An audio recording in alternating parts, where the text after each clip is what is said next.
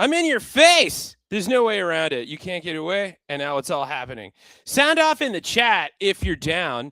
I'm around, and we can see you. It's super intense. Welcome, everyone, to the premiere of the season finale of Finding Festival Season 2. Hey, I see Kirsten is in the house. Hello, Kirsten. It's good to see you. Welcome, everyone. I hope we're all getting suitably spooky wherever you are. We can't see you, but you can see me. So, do with that what you will. But it's not just me. I'm not alone. I have a surprise for you. Hey, what's up, Live, Love, Believe 2012? It's good to see you. It's not just us. I have with me a surprise tonight. The only human that I've gotten to meet via the internet a few times and once in the face. The host of Finding Festivals, Haley Robinson, is here. What? Hello. What? It's all happening. Hello. There's Cheryl from San Diego's in the chat. Hello, Cheryl from San Diego. Haley, how are you? Wait, you're over there. Hi, good. Haley. How are you? I'm so good. It's been so long since the last time we had a Poe raid, right? Yeah, it was last year. You and I were in Baltimore together. We were at the Poe Festival in Baltimore, the Edgar Allan Poe Festival and Awards. And we were there together, and you were there filming a little show. I think it's called Finding Festivals. Is that right? That is right. Yes, it's award-winning, and we love finding beloved annual events. I had to plug it in. Yeah, no, get in there. Now is your chance. Okay, what kind of awards have you already won, Haley? That's crazy. Well, our biggest award is the Telly Award in the Culture and Lifestyle Series category. And then also, believe it or not, Chad, our show is award-winning in grape stomping. Yes. What? Wait, it's award-winning in grape stomp. Like you won a grape stomping award? That I did. From season 1, I grape stomped with the camera on, and best believe I won an award. So I'm going to take it. You won a grape stomping award for grape stomping? Yes, on the show. Because I was wondering, did they have a documentary award for Grape Stomping Festival? Travis says they want a grape stomp. I'm down with that. Jason, how are you, buds? Kathy's here. We got all kinds of friends in the chat. Sound off. We'll be taking questions later out in between and after and all around, but, we're always watching. Grape stomping, huh? Yes. I've only seen grape stomping fails. I've never actually seen someone successfully do it, let alone win an award for it. What is the what's the award that you won for grape stomping? Well, now this may come to a shock. Not only did I get a purple plaque, but also that's pretty dope. $3, which bought my grape ice cream. You won $3 to buy the ice cream from the grapes that you were stomping? Yeah, well, they weren't in the ice cream, but essentially, yeah. So wow. I won $3, and I used it on my grape ice cream that they made for the festival. Yeah, Travis wants to know if you ever got any wine. Perfect Timing says you never saw the episode of I Love Lucy. But, obviously Haley did better than I Love Lucy did. Well, yeah. Monsters and Munchies, how are you? Yes. And they have a wine tasting, too, at that particular festival. Did you get any wine from that festival? Yes, they have a whole tasting room of all Ohio wines that you can taste. And then one of them I really liked. So then we went to the actual winery and talked to the winemaker, who is award-winning in Napa Valley. And I may have had a little too much vino on camera, but you'll just have to watch the episode. It's before or after the grape stomping, no spoilers. You'll have to watch. Ohio wine. That's true. It's good enough. Hey, question. What are we watching here tonight, Haley? This is big. I am so excited. This is a Finding Festivals first because there's a lot to learn about Edgar Allan Poe, as you may know, not just from his writings and global influence, but also his life and the mystery around his passing. Supposedly, there's over 40 theories on what actually happened. So we have a 2-part double feature of Finding Festivals about the Edgar Allan Poe Festival, where we get to know... And awards! And awards, yes. And we get to know some of the nominees from the Saturday Visitor Award, but we also get to talk to some of the participants who helped make the event special. And furthermore, we investigate some of the theories around his passing. Oh, I was there, so I can say I already knew that, but I'm pretending like I didn't. What? You were, what? Edgar Allan Poe Festival? Do tell. Yes. But yeah, we were And both you know, there. I don't got to get the host. feathers in a rough. No. Hey man, it's that time of year. I'm gonna do what nature intends. But yeah, I got to host and I got to play and I got to do some stuff at the Edgar Allan Poe Festival and Awards 2 years in a row. This will be my third year I will be there. Spoilers for this year. And you just happened to be there when I was there, shot this episode, this 2-part episode, which is what you're going to see now. This is season finale of season 2. Is that right?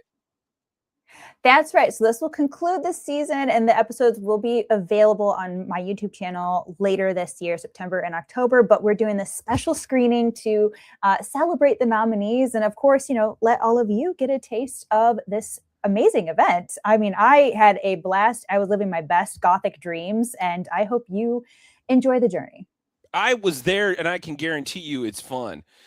So congratulations, everyone in the chat. You get to see this before everybody else does. And then you get to talk to us and ask us questions about what it was like out there, all the special effects we used, all the green screens, all the animatronics that we used to film this glorious documentary. Just kidding. It's all real. Everything really happened. But yeah, there's a 2-parter episode. We're going to watch both halves. We'll have a Q&A. We have some special at the end. We've got folks in the chat. Don't go anywhere. I don't know how to kick this off, so I'm going to kick it to our producer and say, hey, roll that footage. This city is haunted by the words of a globally recognized writer and even has a team inspired by his works. I love The Raven, obviously, and our football team here in Baltimore, named after that poem. Over 40 theories surrounding his final days captivate fans. I mean, I'm all the way from Australia, and we are so inspired by his work. And during the annual Edgar Allan Poe Festival, we'll uncover the truth behind his passing. They were pretty sure what the cause was. Discover when Poe became a professional writer. It's a history lesson for folks, too, that great things come from very humble places. And toast to the man who has inspired generations. Nevermore! Join me on this 2-part episodic investigation during the Edgar Allan Poe Festival in Baltimore, Maryland. Hi, I'm Haley. I'm a former festival queen turned award-winning executive producer, and I shared my love for community traditions with over 54 million households on PBS, and now I'm inviting you to join me in finding festivals.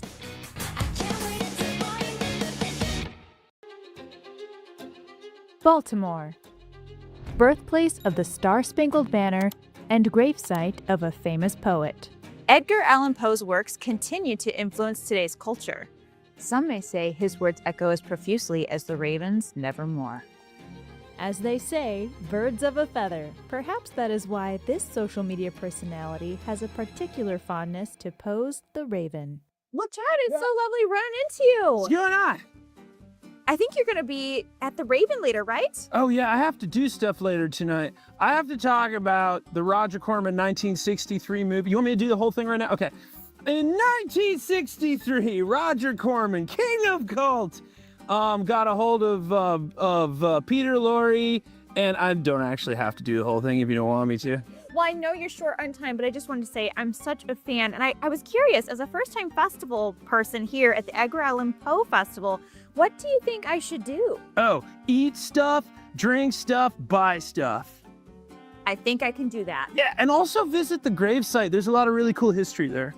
Awesome. Well, Chad, I'll let you get back on your way, but I'm excited to see your show tonight. Oh, good. You're going to be there? Yeah. All right, clap loudly because I'm tiny and I can't hear anything. Oh, I have to go. Okay. Don't forget me.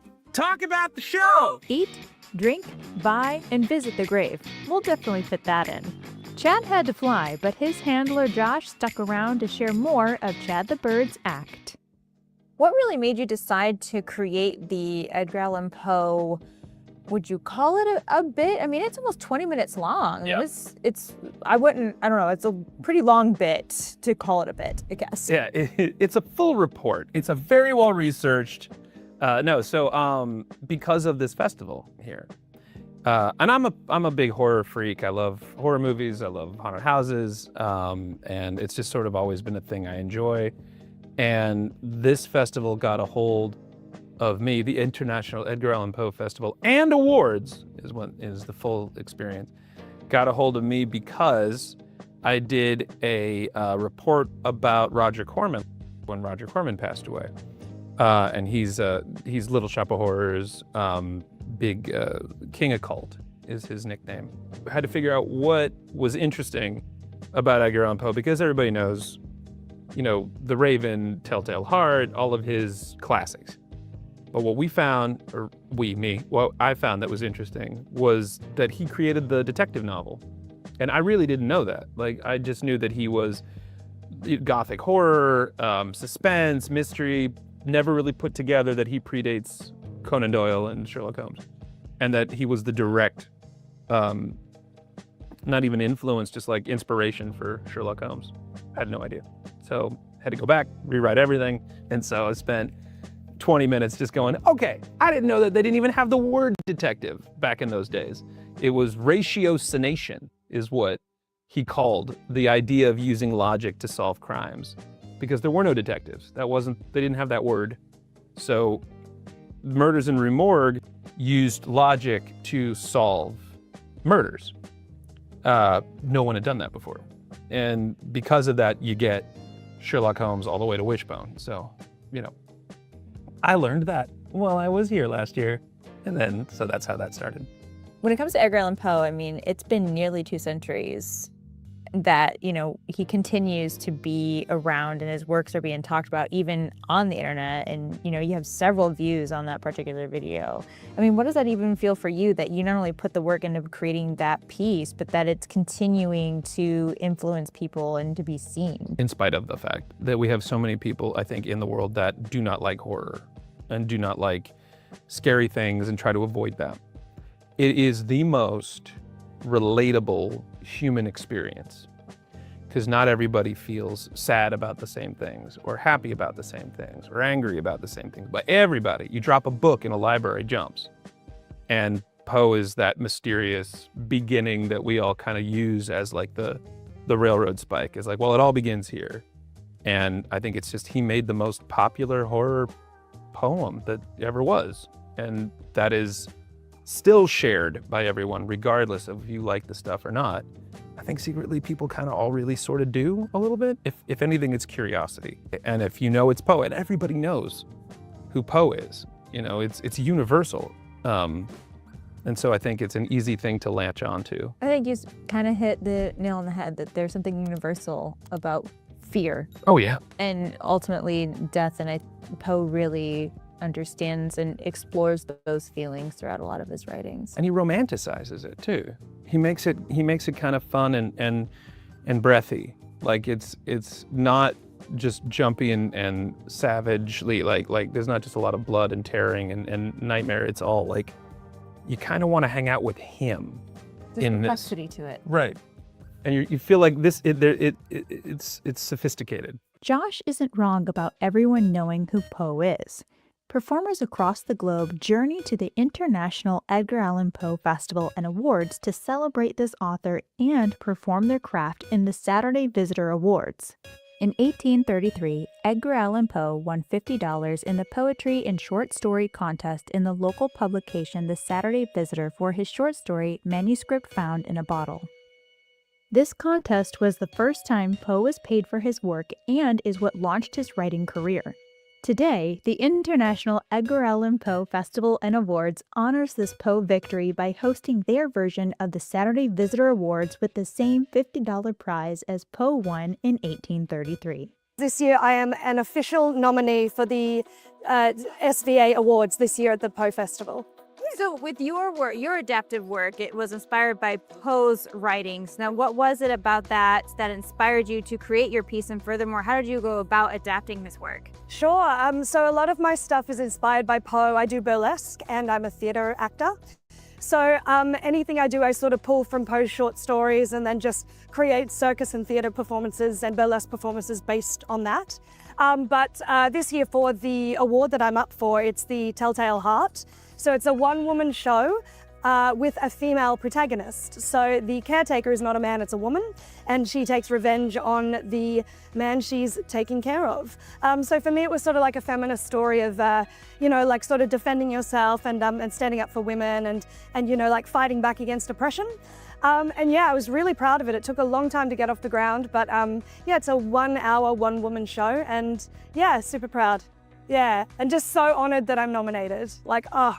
That's incredible that you kind of took that approach. And with that, I'm curious, do you feel that Edgar Allan Poe's experience in the theater, especially with his mother being an actress, maybe influenced some of his writing? 100%. Yeah, I mean, when you read Poe's stories, he uses a lot of things like exclamation marks, a lot of really colorful, loud language. So a lot of people really like performing Poe because it's written from somebody who comes from a theater background, but was also so eccentric himself. And you know, he was writing for entertainment's sake. You know, he didn't like didactism. He was like, a poem is a poem for a poem's sake. And you know, when you write a story, it should be entertaining. So yeah, it is entertaining when you read it. And then when you take that text and you act it out, it's just, he should have been a playwright. He just should have been a playwright. Hannah isn't the only one who feels Poe's early exposure to the stage influenced his writings. Of course, we never really know, but I really do feel like the Telltale Heart especially, and I suppose the Black Cat, well, really all of the ones that I do, I feel like have been written with a performer in mind. And yeah, I've always thought that that's a nice little nod to his own parents to honor who they were, even though they disappeared from his life when he was very young. Your schedule is pretty long. You do quite a few works with Poe. Now, how do you go about selecting that and even going about performing them? Yeah, well, the four that I do are the Telltale Heart, the Raven, the Pit and the Pendulum, and the Black Cat. And I think the short answer really is those four are very popular pieces. But another way that makes them perfect to do on stage is that they're all written in the first person. And it's all a narrator all the way through telling their story. So it translates to a fantastic monologue on stage. But the first time I did this was 2021, back in the UK. And it took a long time to learn all the lines. It's about 13,000 words in total. Wow. So a lot. It's the biggest, it's bigger than the uncut part of Hamlet, for example, which is meant to be the Mount Everest of roles. So it's a huge undertaking, but people are really responding well to what I do because it's the original text from the 1840s, but live. So I haven't adapted them in any way, apart from it being a stage show rather than a short story that you read. I think I'm proudest of staging The Pit and the Pendulum because it's not a story that you would read and think, yeah, that could work well on stage. So the way I do it, I'm very proud of having the guts to put The Pit and the Pendulum up on stage as a solo show. Their flames went out utterly, the blackness of darkness supervened, all sensations appeared swallowed up as a mad rushing descent of the soul into Hades.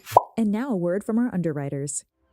You are here, soaking up the sunshine together. Here, relaxing and reconnecting with good friends.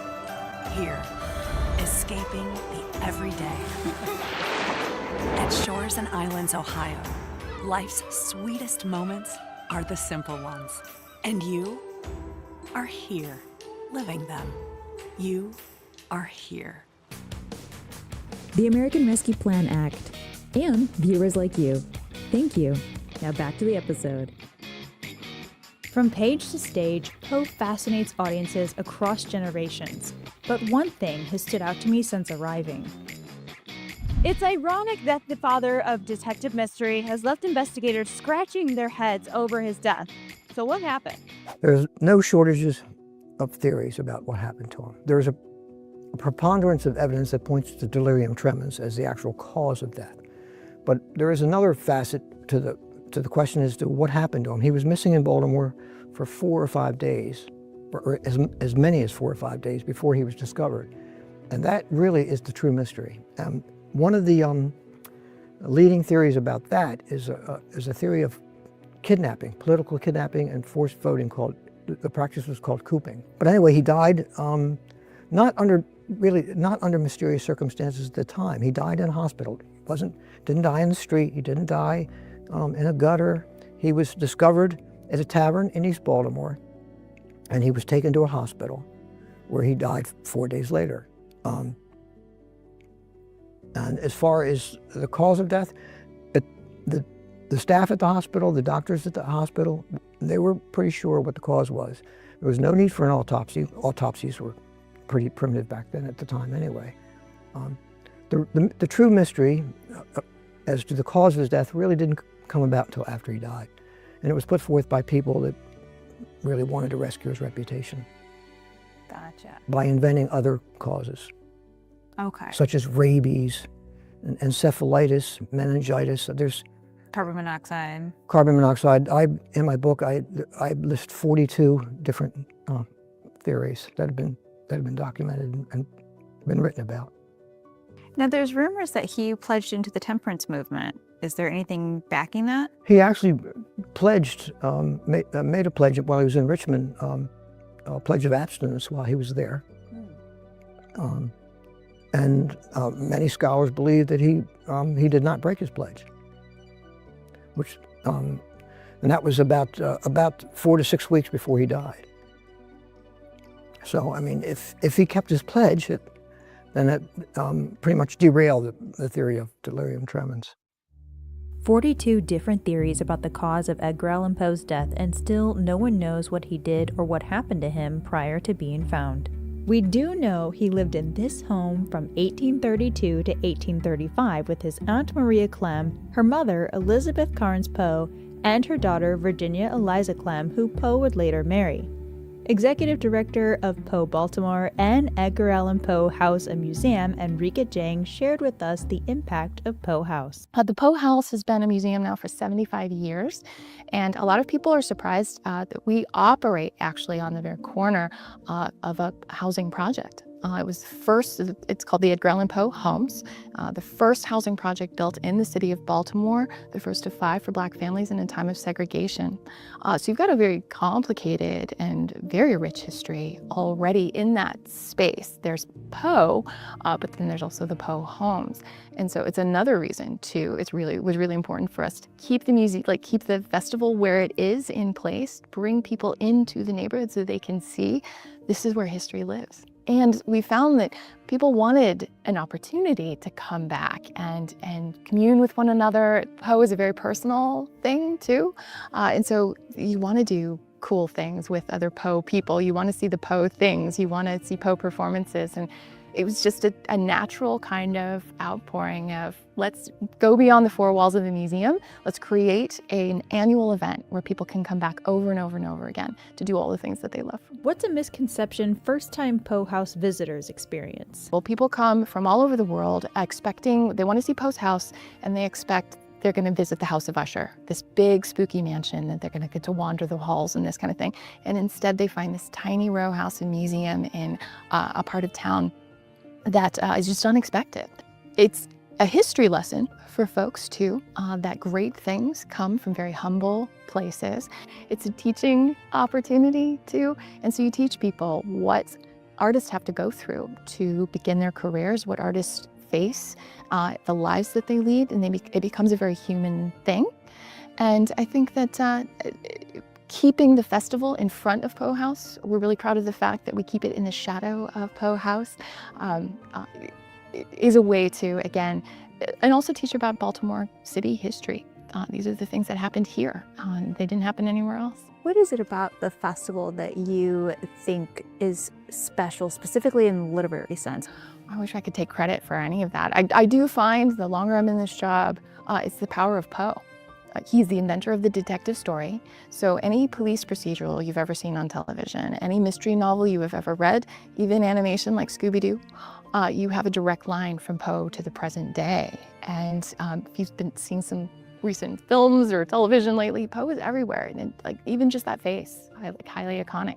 So it's this power of a literary figure. And what I love about our event is that we're all Poe fans too. It's not just a job, so any program that we have is created by someone who is also a Poe fan, and try to give that program to other Poe fans. Do you hear that beat? It's about to get lit. See what I did there? Who's that? Who's that? Rabbit. Who's that repping in my chamber door? Mr. Raven. All up in my grill like Nevermore. I said, who's that? Who's that? Rabbit. Who's that repping in my chamber door? Mr. We have a man whose work has been alive for nearly 2 centuries, and yet you're able to popularize it and almost bring some virality to it online. I mean, people are watching your stuff online and getting introduced to it, perhaps even the first time. I mean, what is that like for you, for viewers to see that? I got into Poe first from The Simpsons. Have you ever seen the Raven one? It was like the first Halloween special. Bart's the Raven and Homer's like Poe.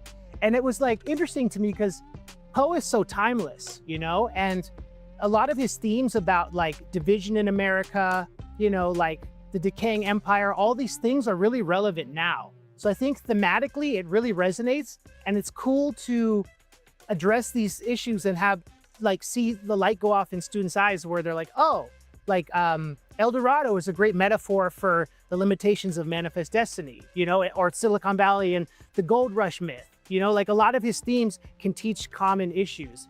So what got you into this particular art form? You've kind of put together literary works and rapping. Yeah, that's fair. I did an assignment in high school. We had to do a parody of Macbeth, and I thought the chanting the witches do, like the poetry, it's like iambic tetrameter, and that fit over like a hip hop beat. That's one way to take an assignment and make it your own. But if I'm being honest, all that rapping has me parched. There are many theories about how Poe died, and some pertain to alcohol.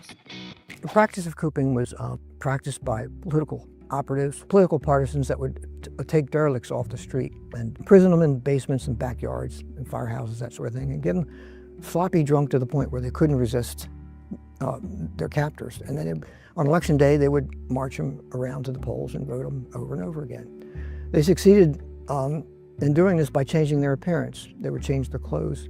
Poe was found on election day wearing clothes that were not his at the 4th Ward poll in East Baltimore. And that part of it, you know, looks pretty compelling.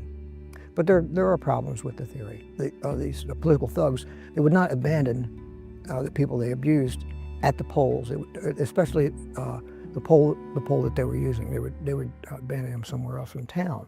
Okay, so that theory wasn't the answer I was hoping for. But while we are venturing across town, we might as well step into the words of Annabelle Lee. Let's dive into that. First and foremost, we have this cool skull, and I saw some steam coming off of that. So yes. All is in that. This is called The Gold Bug. It's a short story. And it is Captain Morgan Spice Rum, Gosling's Dark Rum, apple cider, and I call it on the list, I call it a phantasmagoric mixture of butter, brown sugar, and cinnamon. And in here, now, you said this is the Black Cat? Black Cat. So what all is in this? That has espresso vodka. I use Steel Blue, and then vanilla vodka, and then Luxardo coffee liqueur. I like it better. A lot of people use Kahlua. I think the Luxardo coffee liqueur is way better. And then I top it with ground up chocolate covered espresso beans. Ooh, what a nice twist. What inspired you to open this tavern? Well, when I wanted to open a place in the early 2000s, I realized at that time that there wasn't a Poe themed place. I'm gonna go full on Poe. Well, shall we cheers to Edgar Allan Poe? Yes. Perfect. Cheers. Cheers. Oh, that is delightful. Oh, I love the compliment to the chocolate too. Thank you. Very good. Brava. Thank you. Many locals said to try Annabelle Lee Tavern's duck fat fries, and while I'm here, I got an order of Brussels sprouts too. And I was told by many people that these are delicious. So here we go. Ooh. Perfect festival fry, if I do say so myself.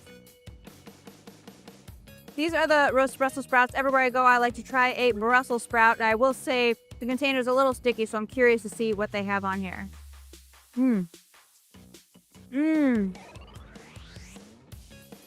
I think that's a honey that they have on here.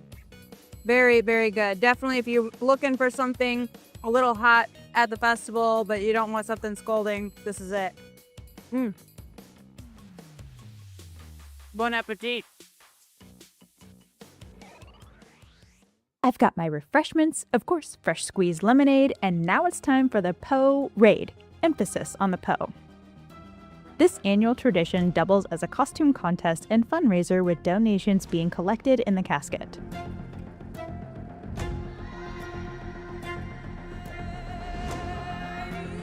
There are 3 categories for costumes, including Best Poe. These costumes look amazing. When the sun sets on Saturday, that is when guests put on their gothic best for the Black Cat Ball. Each year, the ball is themed and celebrates a Poe universe milestone. Additionally, this special occasion announces the Saturday Visitor Award winners and delights guests to performances by nominees. To conclude the evening, we toast to Edgar Allan Poe with his known favorite spirit. Sniff test. This might hurt a little bit. Gilead, tell me, I implore, quoth the raven. I'm still left perplexed on how Poe died and what happened after his passing. With my mind flooded with so many questions, there's only one thing left to do. I'll see you in part 2 of the Edgar Allan Poe Festival.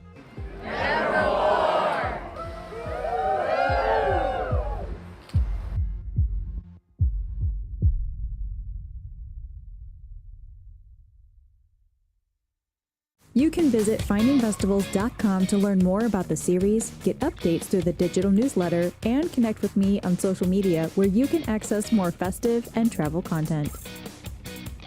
Literary wapple. Literary wapple. Oh my gosh, I can't say that. Oh, that is very slow.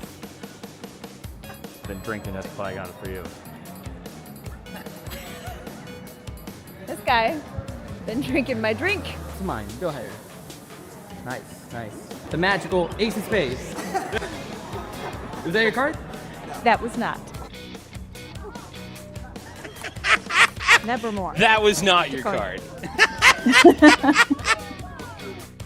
Got him.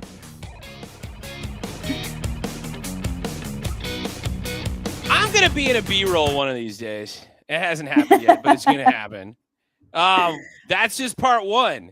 Part 2 is on its way. Tonight, and here and live in your face, chat. We've got Lost Art Wolf in the chat. What's up, bud? Good to see you.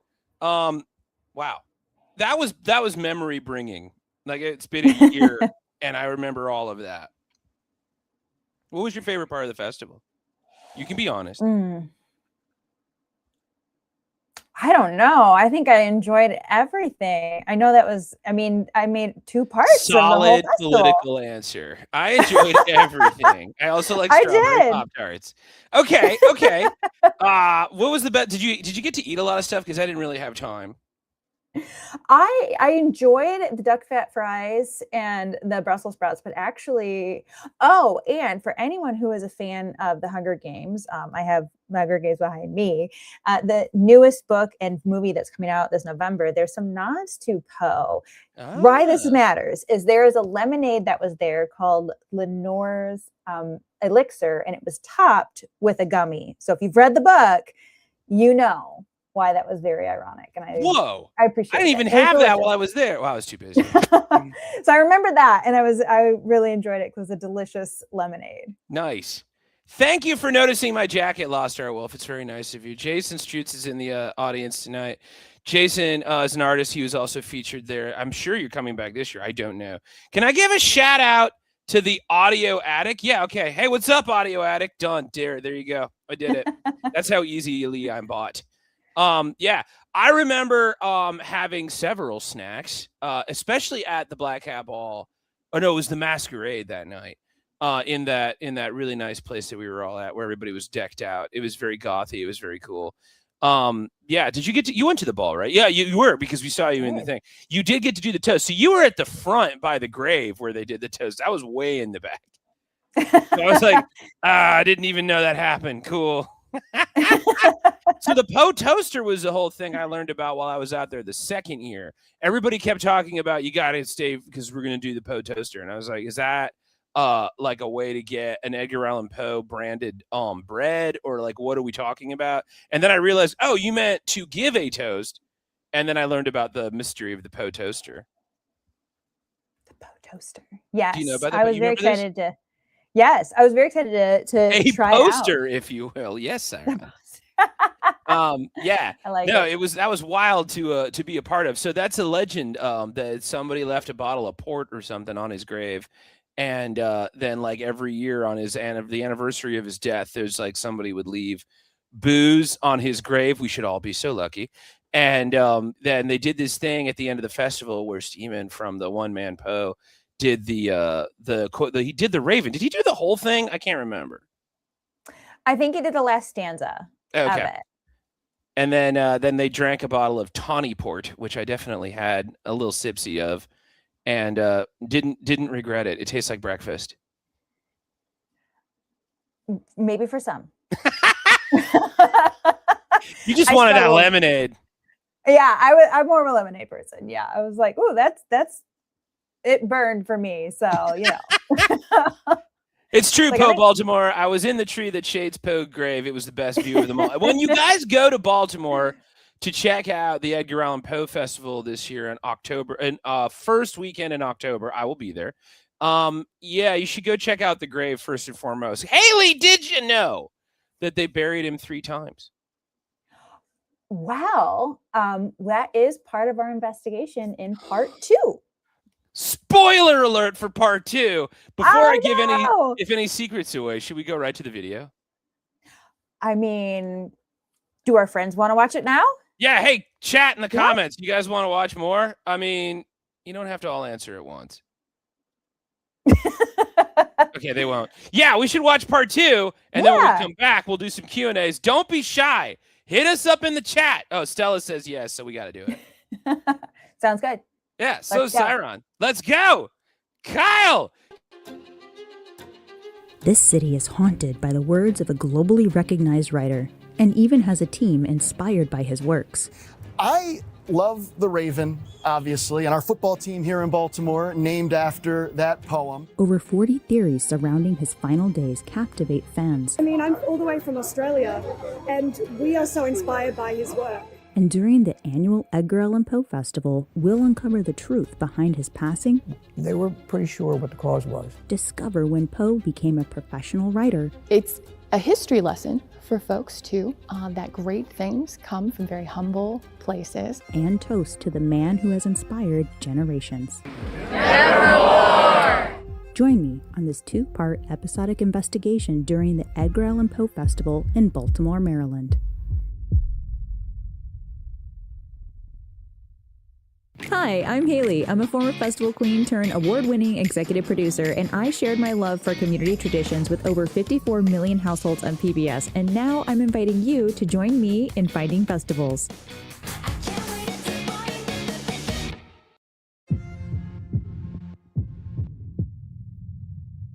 Welcome back to Baltimore, Maryland, as we continue our journey through Edgar Allan Poe's life and death. In part 1, we bantered with a talking pink bird, King of Gold, saw a one-man Poe, exchanged beats with a literary rapper, who's that stepping in my chamber door, climbed one of the smallest sets of stairs I've ever experienced, investigated Poe's cause of death, met an SVA 2025 nominee, learned about the festival roots, exchanged a cheers to a haunting poem,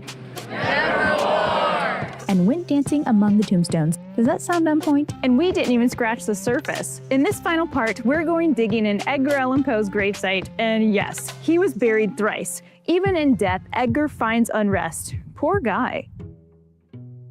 So when it came to Edgar Allan Poe, now his death, it kind of happened over a course of 4 days, but after he passed, it continued on. His body was moved a few times. So what happened? Yeah, poor Edgar, even after his death, really wasn't able to rest in peace. He was originally here in the Poe family plot at Westminster Burying Ground, buried alongside his grandfather and some other family members. His cousin had commissioned a headstone for him, but unfortunately, before it arrived in Baltimore, it was destroyed in a train accident. So then he was buried under an unmarked grave instead. And that original funeral in 1849 was on a gray, sort of drizzly day. Less than 10 people were here in attendance right where we're standing, and it wasn't much of an affair. In the 1870s, when word got out that a more fitting monument was really needed to honor Edgar Allan Poe, people started raising money, and they eventually decided they were going to build a much larger monument. So Poe, who was laying to rest right here behind us, was disinterred and moved just a few feet so they could begin working on the monument. But as that work went on, they decided it would actually be more appropriate to move him to a more prominent position up near the front of the churchyard. So that's where he is today, and that is actually the third time that he was buried, twice back here and a third time up front. That guy just could not get a break. No. Heavens. So this is his final resting place. Yes, this is the third and hopefully final resting place of Edgar Allan Poe here in Baltimore. And as you can see, this is a very opulent monument. There were some really prominent artists who were contracted to help make this monument. Architect named George Frederick, who also built Baltimore City Hall, is responsible for this design. The medallion here with a likeness of Poe. So when this new funeral happened in 1875, it was a much different event. There were dozens of people gathered here. It was a much more festive occasion. Well-known literary figures, including Walt Whitman, were here, and they read poetry in tribute of Poe. So even though it was maybe a couple of decades too late, he finally got that big funeral and the recognition that he deserved. And there is one little minute detail that was missed on this particular memorial. It's not a true tombstone. Yeah, there are actually 3 epitaphs on this monument because he's buried alongside his beloved bride, Virginia, and his Aunt Mariah, who also happened to be his mother-in-law because Virginia was his cousin. So they're here as well. Their names, date of birth, date of death, all good. But unfortunately, Edgar's birth date on this monument is incorrect. He was born January the 19th, 1809. This monument says January the 20th, 1809. Still can't catch a break. I'm not sure who was proofreading, but yeah. Poor guy. He's a literary artist, and even his own tombstone could not have an editor. Yeah, it's a bummer when people forget your birthday, right? I'm sorry, Edgar. But we haven't forgotten your amazing literary art. Absolutely not. Yeah, that spirit lives on, not just with the Gothic horror and macabre fiction that he wrote, but of course his poetry as well. And he's the inventor of the modern detective story, which not a lot of people give him credit for. We wouldn't have Sherlock Holmes and all of the Agatha Christie characters without the influence of Edgar Allan Poe. Edgar Allan Poe may now be at the front of the Westminster Burying Ground, but after Chris mentioned Poe's grandfather, I'm left curious who David Poe was. The executive director of Carroll Museum slid us back into time when David Poe Sr. met with Lafayette. Because the Continental Army is not doing so great in terms of supply. They need ammunition, they need food, they need clothing. Did I mention that they start moving in the winter? Lafayette takes part of the Western force down through Baltimore on his way to Virginia. And here he meets with David Poe Sr., Assistant Quartermaster General of the Continental Army for Maryland. And there's a ball held in his honor. And as you see noted here on this, Lafayette takes a moment when they ask him to give a toast and says, "I cannot celebrate because I know my men are so needy." And the people start talking, and David Poe's wife, Elizabeth Cairns Poe, goes and mobilizes the women of the town to sew uniforms. They provide more than 500 uniforms just in that weekend and send more after. There's a drive to raise money. There are collections and donations of food, supply, gunpowder, muskets, lead for bullets. And so they leave Baltimore vastly better supplied and prepared than they arrived here. And Lafayette never forgot that. I've went to France to do research in the Archives Nationales, and there are some of his letters from 1834, the year that he died, talking about how great Maryland was and how much it held a special place in his heart. He got to experience a sense of hospitality. And you said the soldiers, it was 500 uniforms they left? More than 500, yes. And this is before the sewing machine. Before the sewing machine. They were hand stitching all of us. Yes, and I have done that. And let me tell you, I would not be done with one in 2 weeks doing that. I was going to say, I can barely sew a sock together. So the fact that, and so what was the team of women that put that together? Well, this is one of the, I would say, the tragedies of history writing, because the first wave of historians were trying to capture the stories of the founding fathers, emphasis on fathers. His stories. But if you look at the recollections of those men, there are so many times where they're saying these women were essential. John Adams' letters, Abigail Adams did a lot of work behind the scenes to get things going and to raise money, supply, to organize logistics. In this case, Elizabeth Cairns Poe was not just a mover and shaper, but she actually did a lot of sewing herself. And these are far from the only ones. The stories of women who enlisted in the Continental Army and successfully fought in several battles, there's several of those that are still coming out. I did not expect my investigation into Edgar Allan Poe's grandfather leading me to more stories of women's involvement in the Revolutionary War. How cool. The Carroll Mansion is full of exhibits, and at this point, I just wanted a better understanding of who Baltimore is. And now a word from our underwriters. You are here, soaking up the sunshine together. Here, relaxing and reconnecting with good friends. Here, escaping the everyday. At Shores and Islands, Ohio, life's sweetest moments are the simple ones. And you are here, living them. You are here. The American Rescue Plan Act, and viewers like you. Thank you. Now back to the episode. There are many eras of different neighborhoods in Baltimore. Poppleton, where the Edgar Allan Poe House Museum is located. This was, let's say, workers' housing, cheap housing, kind of one of the first experiments in subsidized public housing in Maryland. And then in the early 20th century, because it was relatively cheap, the city started developing it to create public housing, and they named it after Edgar Allan Poe. So the Poe homes. And people often live there for decades, sometimes their whole life, inheriting units. And that is currently in the process of demolition to make way for new public housing. But the residents and inspired a number of different artworks here. So these were on display as public art things. Traditionally, the International Edgar Allan Poe Festival is held right around the building. Of course, when there's active construction going on, this is less safe of an area to have a festival. So we were happy after their initial display to give them a temporary home here. Here we have The Beating Heart. Now, The Beating Heart is the title of one of Edgar Allan Poe's short stories.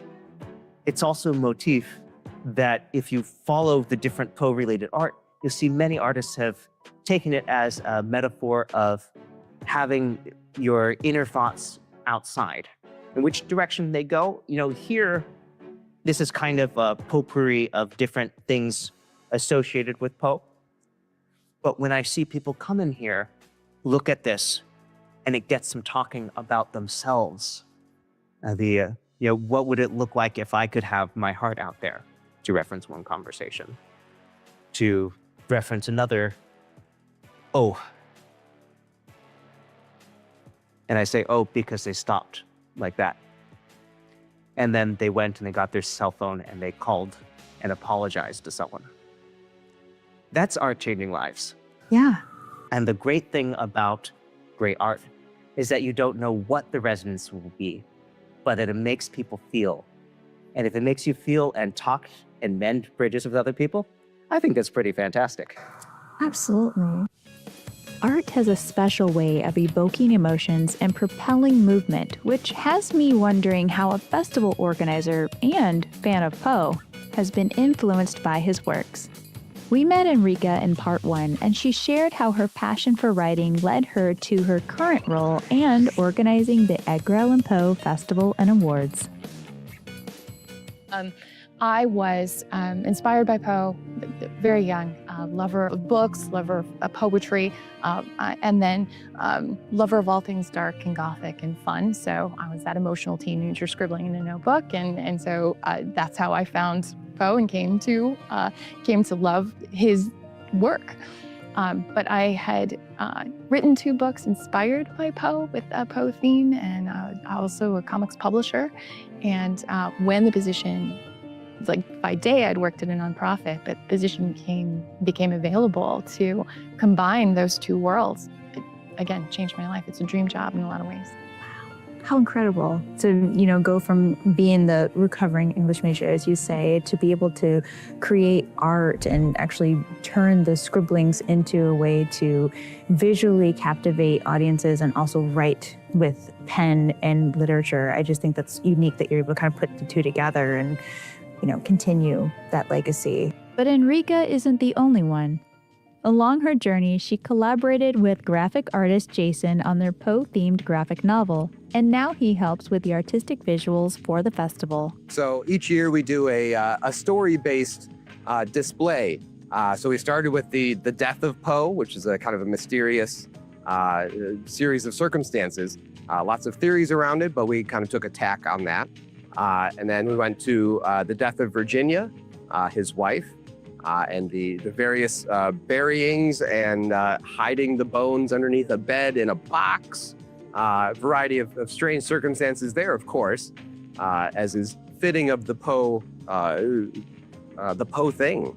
And we went to Poe's grandfather, who assisted in the Revolutionary War. And then we moved to this year, we did a story series about the monument that has been here at Westminster Hall for 150 years. We want to display what would be a good story for people attending the festival here. Jason's art isn't the only display of expression found at the festival. Oh, it's about to start! Ballet and Body performs both classical and contemporary ballet. The choreographed narrative was designed by artistic director Emily Runkle, who explores Edgar Allan Poe's stories through dance. Emily shared it's a memorable piece that's unique to Maryland due to the connection with Edgar Allan Poe. To put it simply, it's captivating. Programming is an important part of annual events, and Kyle filled me in on what goes into curating the International Edgar Allan Poe Festival and Awards. It starts with, who do we want to have back? Who's been here multiple years? Who do we want to have back, and are they available? Then we take from there and start filling out the picture around it. Every year we get new submissions, we get new people who write in and like, we want to perform. Okay, great. Then we look at their work on YouTube or wherever they put their work and see if they fit the vibe. So what would you say is the cultural impact that this event has? That's the big one. Is there are a ton of young people in this neighborhood. There are a ton of people who are just discovering Poe while living in a neighborhood named for the guy. So when we can get especially the young kids to come and work with Artway Alliance, to come and see the bands, to come and hear the stories and get entranced by this type of storytelling, this oeuvre of Poe, we're creating the next set, the next generation of people who do that kind of thing. Baltimore has a rich history of writers and poets, and the next generation is growing up right now. So having somebody like MC Lars who's doing hip hop, having somebody like Wordsmith a couple of years ago who is from the neighborhood, who's a hip hop artist, having spoken word poetry and that kind of stuff is just showing people, hey, this still happens. And showing the little ones, hey, you can do this too. It's not just something old dead guys do. And I know when it comes to the festival too, I mean, you kind of have this movie night, you have a ball, you have food involved, you have the hotel. I mean, there's so many players putting this show together. I mean, what goes into orchestrating all of that? Well, luckily we have great partners, right? Westminster Hall has been a great partner every year since I've been here, right? The only times we ever have had any kind of a problem with a location for the festival at all was because of the pandemic. And it was because our partners are such good community partners that they were busy helping people with the pandemic. So they are always the first to step up. So Westminster Hall and the Lord Baltimore and those places, we don't even really have to think about that much. We just kind of go, hey, we're doing the festival again this year. Are you in? And they're like, yep, just tell us what you need. And we just go with it. Will, who's our event coordinator, it's a text message. Hey man, we're doing the event again this year. And are you in? Yep. And then it's just, again, it's as we figure out what the pieces are in a really minute kind of way, we build out everything from there. As Kyle mentioned, there are many community partners who come together and help create the Edgar Allan Poe Festival experience for all visitors. In 2025, the Lord Baltimore Hotel is on the festival itinerary for a special viewing of the film The Raven. What's movie night without some popcorn? It's also one of Baltimore's oldest hotels. Now, how long has the Lord Baltimore Hotel been part of Baltimore? So we are actually all but 2 years away from being 100. So yeah, we were established in 1928. And actually, this location was even a hotel prior to that, before the Great Baltimore Fire. And then it was built as a smaller hotel, and the owner was like, oh, I want to be the tallest, biggest hotel in the state. So he tore that down only after 20 years to build, at that time, it would have been a 700-room hotel, the Lord Baltimore Hotel. And it reconfigured to the 440 that it is today in the mid-'80s to make the rooms kind of more within standard of today's hotel rooms. I mean, you just come in and it's just grand, and you kind of have almost that like old world charm that you're met with. Yeah, it's a great feeling. So when it comes to the International Edgar Allan Poe Festival, you guys kind of have this partnership, and there's even going to be a special movie night. Tell me a little bit about that partnership and how you kind of started that relationship. Of course. So within the hotel, we actually have a theater here called Poe's Theater. And so when we connected, it just made sense, having a Poe Festival, having a Poe Theater. Secondly, we're the oldest operating hotel in the city of Baltimore. Who else to embrace this festival than the Lord Baltimore Hotel? We are everything historic, and of course, Edgar Allan Poe is such a big part of the history of Baltimore. So any opportunity that we can tie in, we're also very big in the art world, so the literacy and the authors and those that come through will embrace that as well. What do you enjoy most about your role here at the Lord Baltimore Hotel?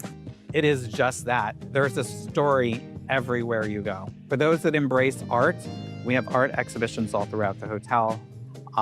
The history component, if they're really into the history side of it, they can walk throughout the hotel and find little history boards throughout, outside the meeting rooms, inside the elevators.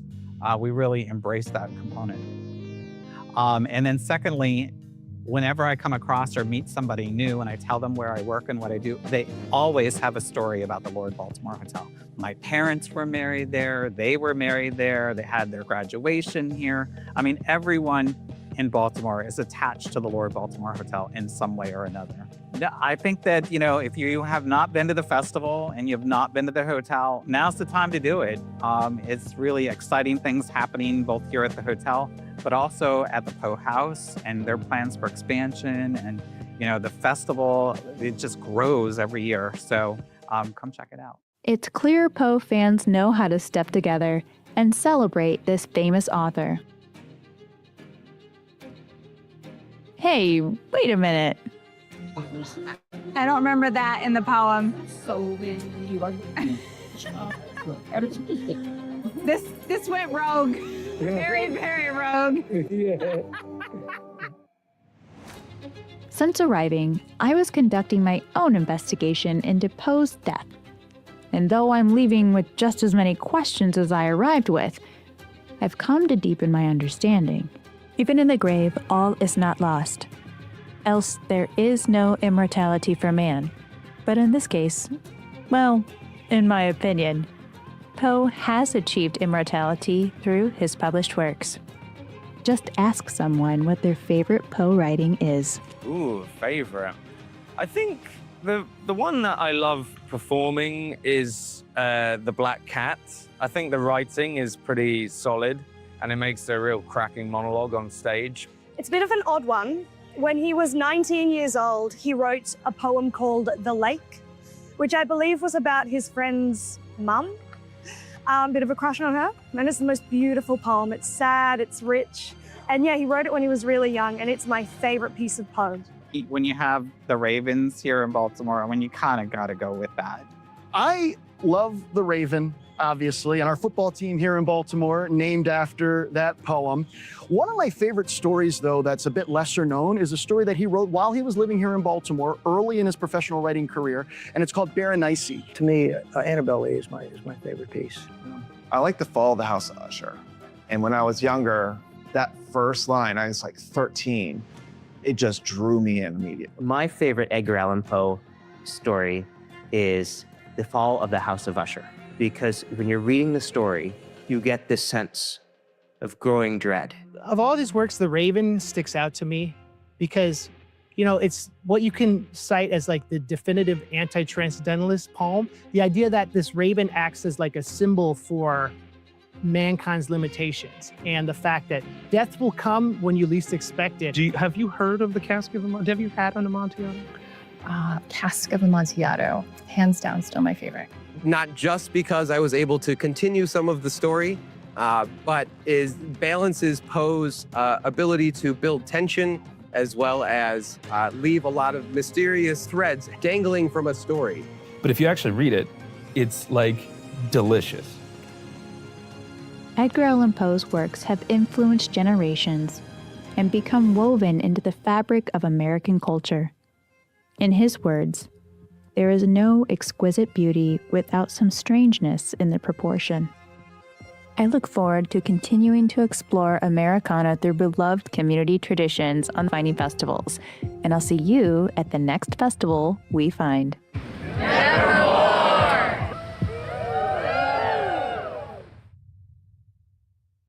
You can visit findingfestivals.com to learn more about the series, get updates through the digital newsletter, and connect with me on social media where you can access more festive and travel content. I never know about this shot. Pre-straw. Share.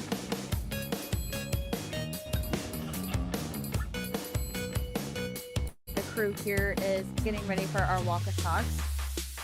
We're coming out on the harbor. You got mistaken for Poe Did you today, do like for an Irishman. a 5K? What was that? I did. I got the noise. No, I looked at this Ironically, 4K. it comes with like gumdrops. Well, sort of gumdrops. Sunrise This on was the the Morning Bread. lemonade. Did you This is get? it. You know. Oh, there it is with the gummy. Okay. Yes.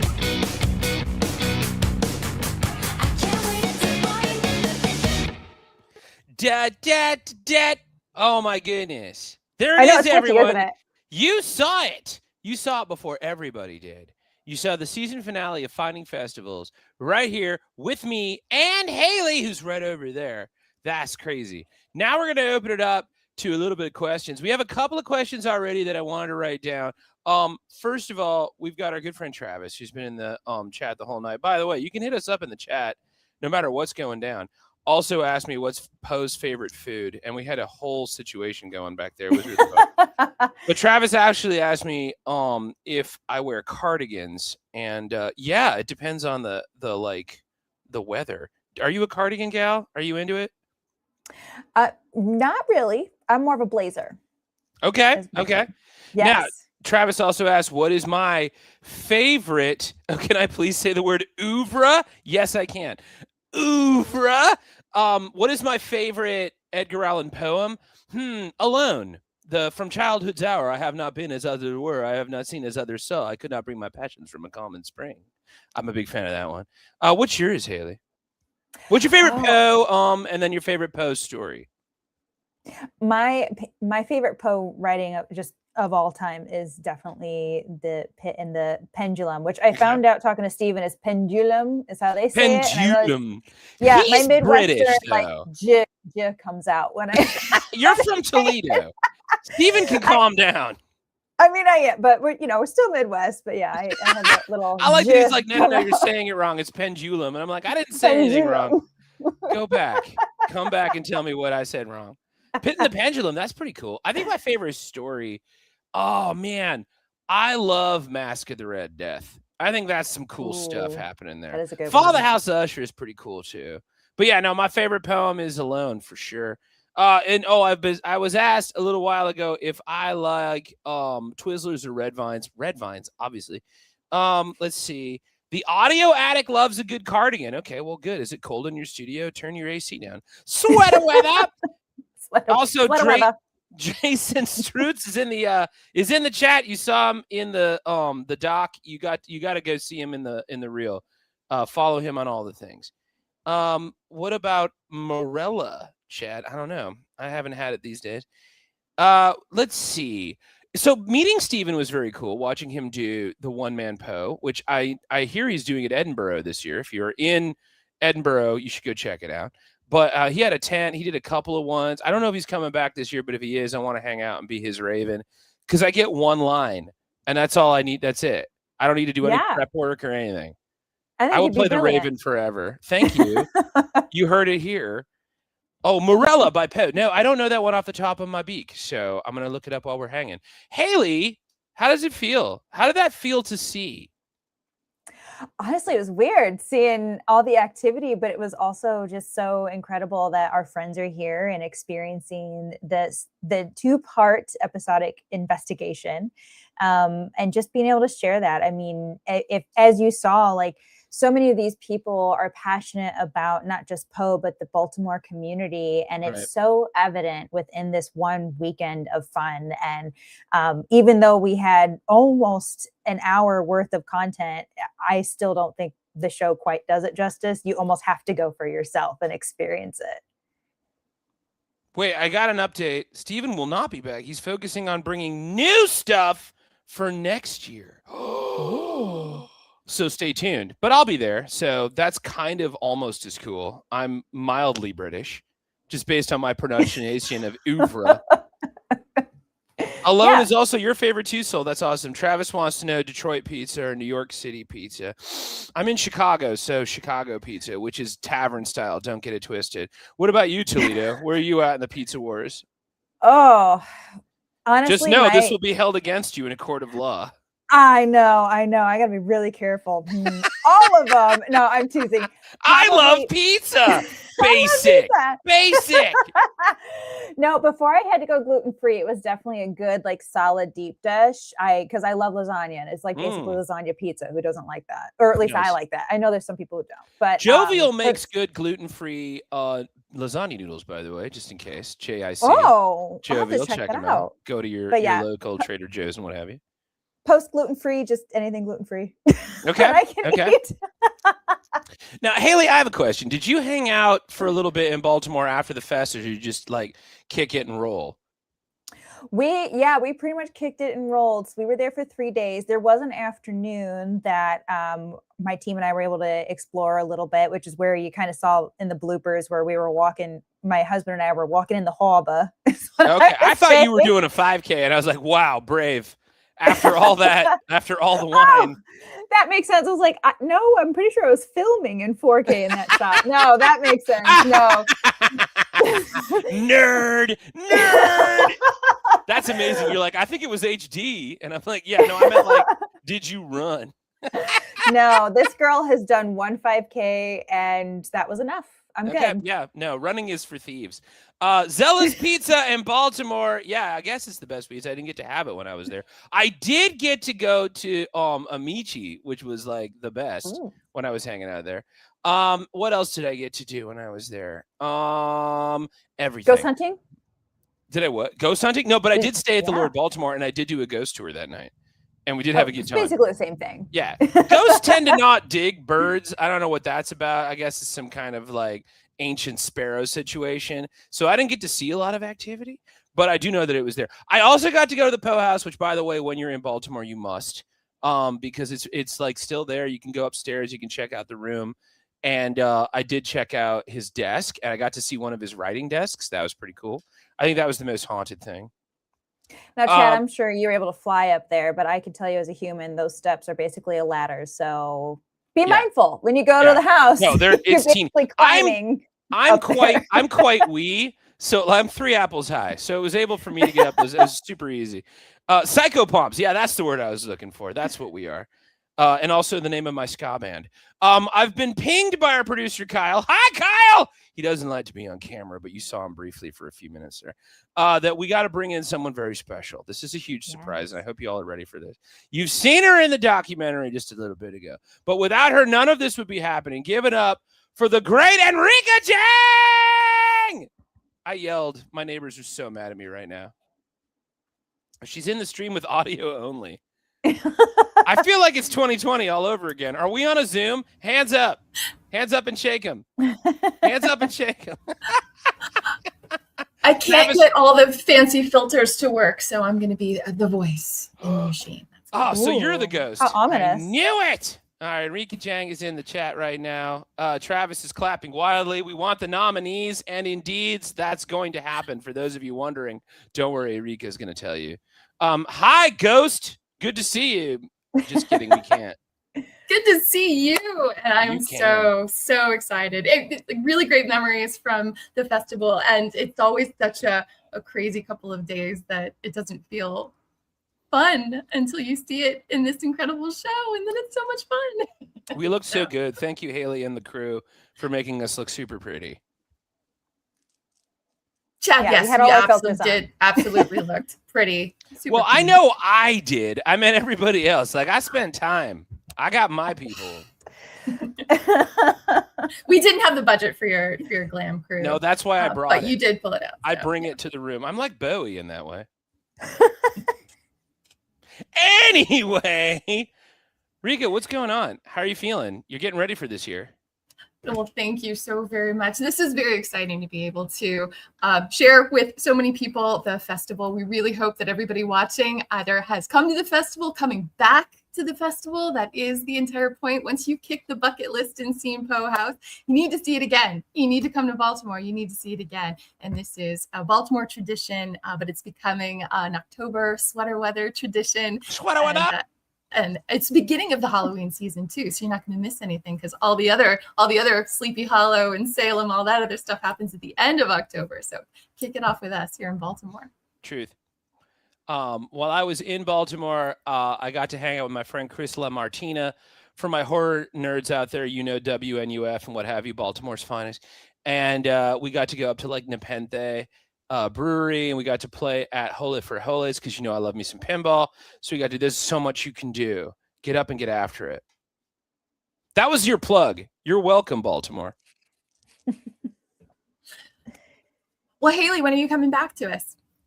Oh, whenever you'll have me. I need to come back to Baltimore. I need to try some more pizza and crab cakes and all the things. And why did you say it like you'd never heard of crab cakes before? You were like, wait, hold up. Crab cake? Wait, what do you people call it? It's because you're landlocked like me and you don't get crab cakes in Ohio. Exactly. You know, the best we get is walleye, which I'm not, no shade, you know, we have the walleye capital of the world. I love walleye. Yes. You don't get crabs, you don't get the crab cakes that often fresh over in the lake. Sorry, Rico. We had a moment. No, come for the crab cakes, stay for the picking crabs. And everybody sits. There's Raven beer, and we're all sitting around having a good time picking crabs and bathed in Old Bay. Everything's in Old Bay. Everything. Even I showered in Old Bay. and I smelled That's why you look delicious. so great. Thank you. I appreciate it. Rika, what's going on? How are you feeling up there? Are you getting ready? Is it time? Are we going? I want to go tomorrow. Let's go. We are getting ready. I've got some things to share, show and tell for you guys. Jason Strutz is in the chat tonight, and there he is. Show everybody the beautiful, so pretty work. Festival every year. We're always looking for a theme. It's always a commemoration of Edgar Allan Poe's mysterious death in the city of Baltimore. But this is also really fun anniversaries celebrating. So one of the great, cool bits that we share with everyone, Poe is the inventor of the detective story and the original detective story. Murders in the Rue Morgue turns 185 years old this year. So you have this homage to that story in our poster. Jason does just such incredible work. But we are looking ahead to our fantastic exhibit for the year, in partnership with the Poe Museum in Richmond, Virginia, talking about Edgar Allan Poe's history of mystery. Whoa. So festival weekend, October 2nd through the 4th, but this exhibit will basically preview the festival at Westminster Hall and Burying Ground, which, if you're paying attention, that is where Poe is buried. So this is a really fantastic exhibit. We're also doing this with Enoch Pratt Free Library and the National Cryptologic Museum at the NSA coming out. Maryland Zoo might even be participating in a little bit of this fantastic history, exploring just how Edgar Allan Poe completely changed world literature. So some really fun events planned. One of the things that you did mention in the show is that we're very proud to have the festival at the Edgar Allan Poe House Museum every year. However, that heavy construction demolition is actually happening around the Poe House this year. So it finally happened. We've kind of had to move a little bit into Baltimore City, and we will have our brand new festival location this year at Lexington Market, the oldest market in the city of Baltimore. It's also very cool. I just want to throw that in there. Lexington Market is a cool place to go. Absolutely. And it's brand new. And some fantastic food vendors, like some really heart of Baltimore. And it's right about a block away from Westminster Hall, where Poe is buried. So we're connecting all of the different Poe sites. There will be a free shuttle from Poe House to Westminster Hall. The museum will be open all weekend. It is open every week, as a matter of fact, for tours. So I'm, plugging this year's event, but if you're excited by anything that you saw during Haley's fantastic program, please come on out. There's something new to discover at the festival every year, even when we bring back those favorites, and it really is going to be a lot of fun. So lots of buses, lots of shuttles that'll take you back and forth. Is that because I'm so excited about that? Because Raven Beer is right there. They are. I can't walk. Raise a pint for Poe in the Raven Beer Garden. We do follow in the final footsteps of Edgar Allan Poe with the bus tours. Our wonderful board member and tour guide, Chris Reel, was in Haley's show tonight. And he does take people around, follow in the final footsteps of Poe and explore Poe's Baltimore. So you can see there are lots of different things that happen festival weekend. Black Hat Ball, our annual gala event, is coming back. And everybody's favorite Cask of Amontillado is the theme this year. 180 years of Cask of Amontillado. We will have some subterranean performances in those catacombs. You have to understand, humans in the chat that do not know this, that your catacombs are extensive. And you'll see like burials from like ancient human times down there. It's spooky and ooky. And it was one of Vincent Price's favorite places, I was told, that he used to go into the back there and like try to play with that door that's in the very, very back of those catacombs that has like super creaky and like super weird. You guys don't know what I mean if you've never been. And that's my point. Get down there. I'm seeing in the chat that people are like, I wish it was in California. It's not. It's in Baltimore. You got to go. Absolutely. As a matter of fact, if you want to see the Cask of Amontillado performed in the catacombs this year by Baltimore's very own David Kelth, this is the year to come to the Black Cat Ball. And Poe Ballet is, as a matter of fact, coming to the Hippodrome. So this is an additional VIP ticket that can be added to Black Cat Ball. So I hope I'm selling the festival to you guys, but I know that there are some horror fans in this chat. And so one more. Yeah! Movie night this year is the world premiere of a brand new Vincent Price documentary, and Vincent Price's daughter Victoria Price is coming to spend another festival weekend with us this year, and we will be at the M&T Bank Exchange Theater at France Merrick Performing Arts Center for movie night this year. So lots of incredible things planned this year. I could keep clicking through the slides. The return of the Poe Raid. The wonderful Red Mask Festival Pass gets you into our Bloody Mary brunch with Edgar Allan Poe. And of course, raise a glass with the Poe toaster with our Poe-themed cocktail and mocktail tasting tent for all these crazy kids. Everybody's welcome. Don't like the alcohol. Everybody's welcome. So that was the big announcement this year. We are changing the location of the festival, but we are still very much a connected city and taking people through Poe's Baltimore.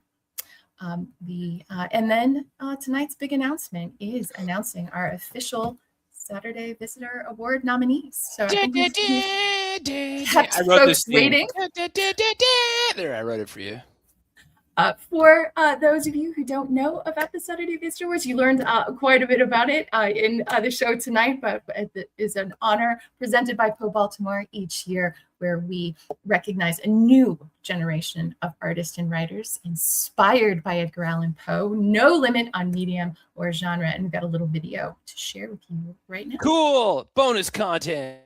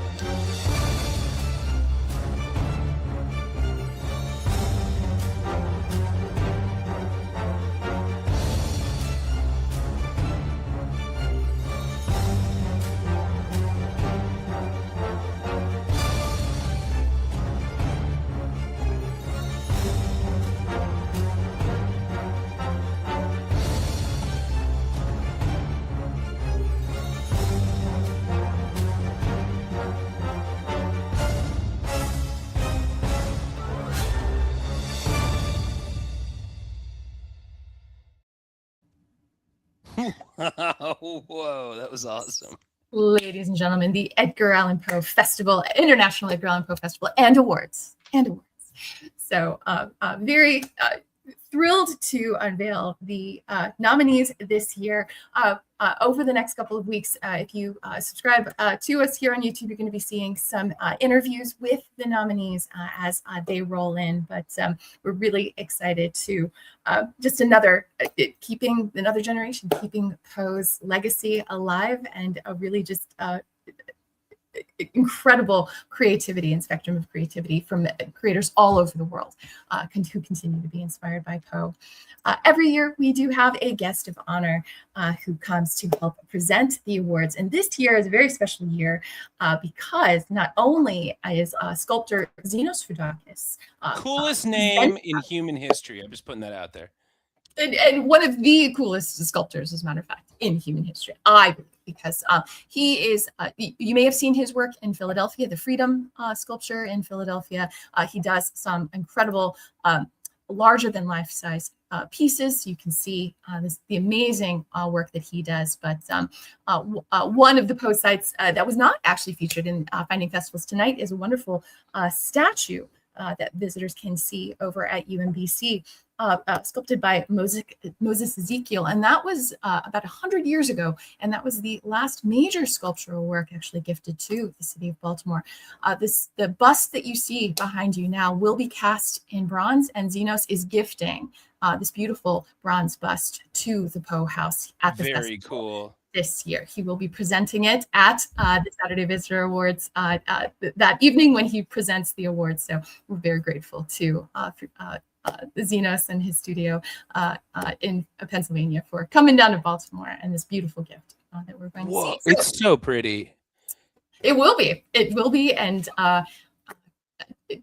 to be in that studio with various, severed heads and bodies and giants and amazing work. I would always just like from the back of the room be like, Zenos, nailed it. That'd be me. Just FYI.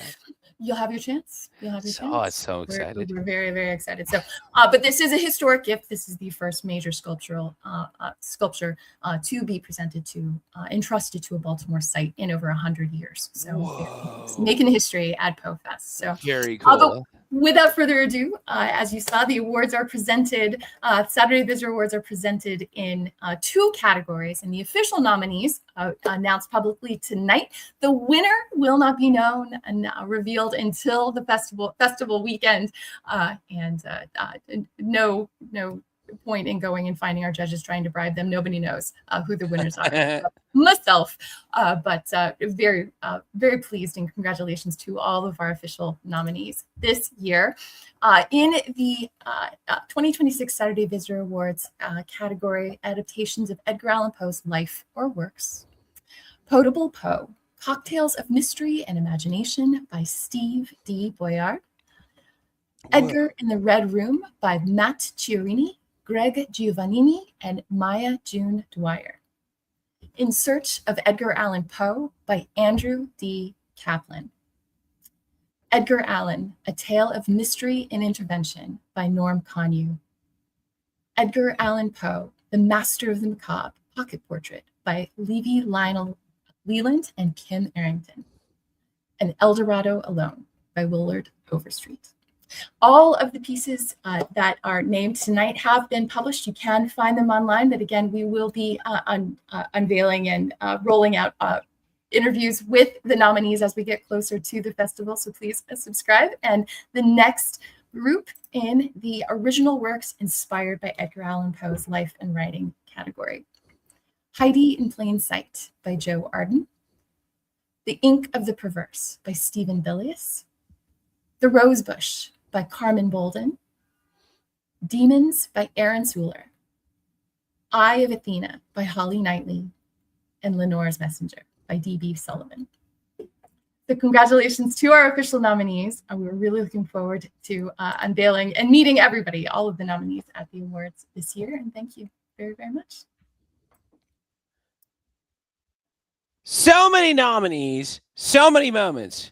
I'm very excited for this year. I didn't even know that there was an award ceremony. That's how excited I am. That's how psyched I am, is that I was so ready to just hang out. And then they were like, hey, by the way, people are going to get awards this year. Haley, how are you feeling right now? I'm so excited. There's going to be potentially I'm very excited. I'm speechless. But no, like this, I mean, not that I had any doubts, as you saw in the show, we really had a good time, but yeah, I'm definitely gonna have to come back. I know the question was, when will I be back? Well, it sounds like I'm gonna have to come back top of October. So it sounds like we're gonna have to hang out very soon. Also, I want to hit it up for the folks in the chat that are congratulating Joe and are congratulating Heidi in Plain Sight. I'm so happy that you all know and have read and are aware of the nominations. That's a huge deal. Like, you're all locked in. That's so great. It's okay, Haley. You got this, says Travis. You got this, Haley. I believe in you. It took me a second. Yeah. When will the Finding Festivals be live for everyone to see, and where will they be? Well, part 1 will come out, I believe September 10th is what I've been announcing. Write it down. Write it down, September 10th. So that will be part 1. And then part 2 will come out the week of the festival, that first week of October. And that will be available on the Finding Festivals with Haley, which is spelled here, Haylie. I don't know why Mom spelled it that way, but she did. You can find it there on that channel. Dude, yeah, it's not SEO your friendly, mom so. just catching strays right now.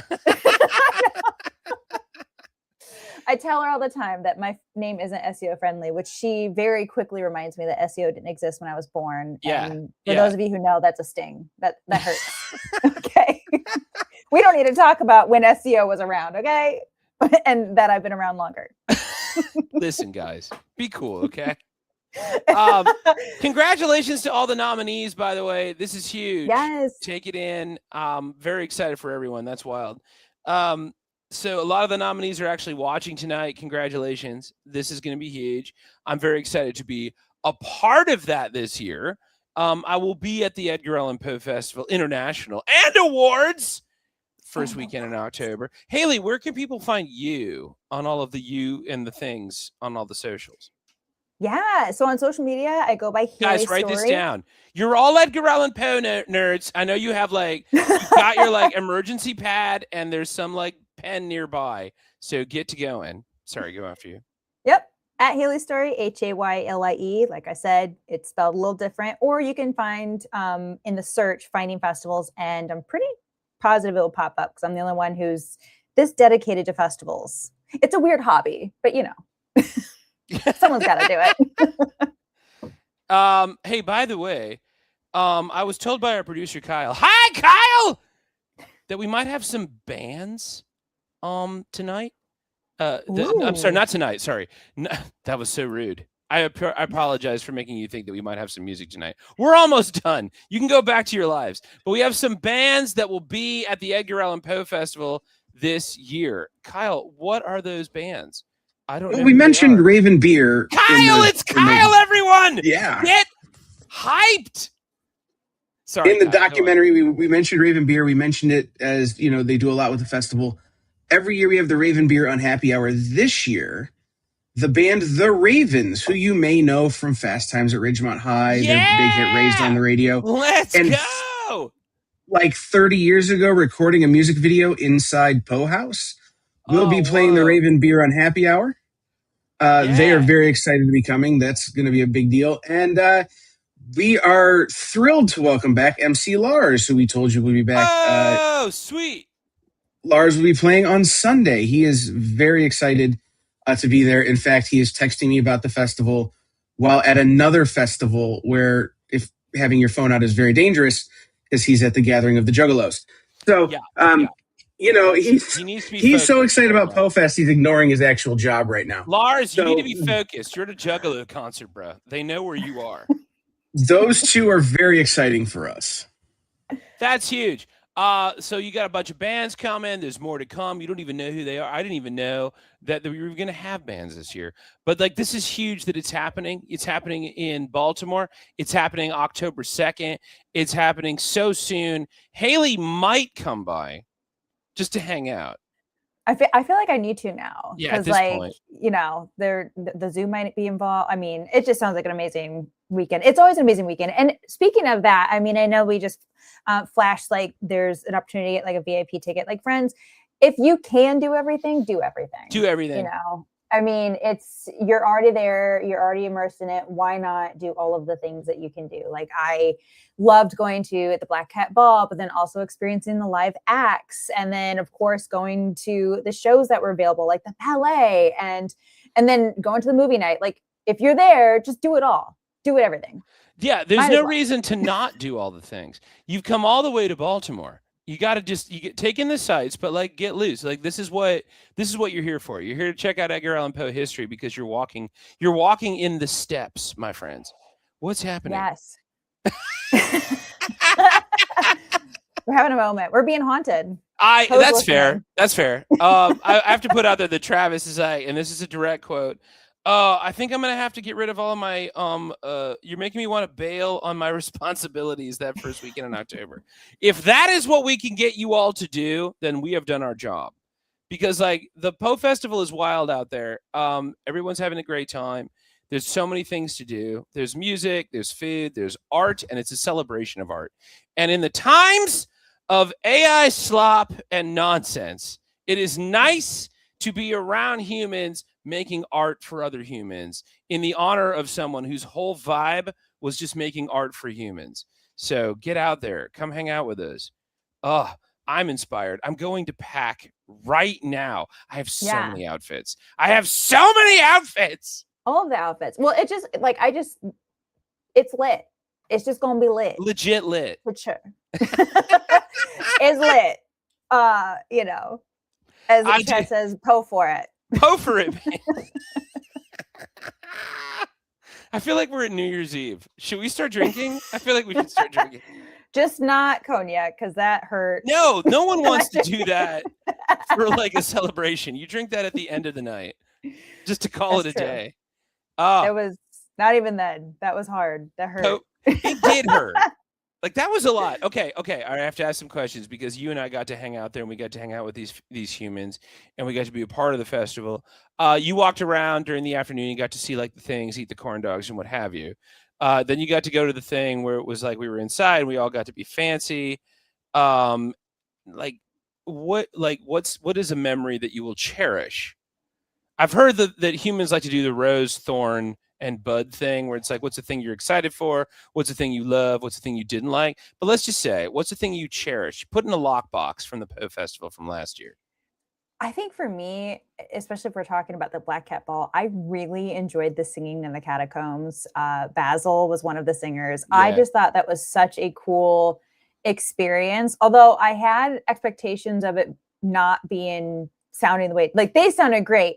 I expected the catacombs to have more of an echo. There's no echo, which I don't know why I thought there would be, but in my mind there would be. But that made it like even more entertaining because you could truly hear like the quality of their voices and the perfection of their pitching. Like what I think a lot of people who don't sing don't know that like if you don't put 100% in it, you can tell. Right. They were on the entire time. And you're locked in there in the basement, in these catacombs with graves, with ghosts, and you've got humans singing, and it's all very beautiful. It's all very spiritual. I'm gonna go just hanging out with everybody, getting to see my friend Hannah Raven, getting to see the Struts, getting to see everybody just experiencing like a big old artistic explosion. So that was my rose for the situation. And getting to meet you, Haley. What a jam it hath been.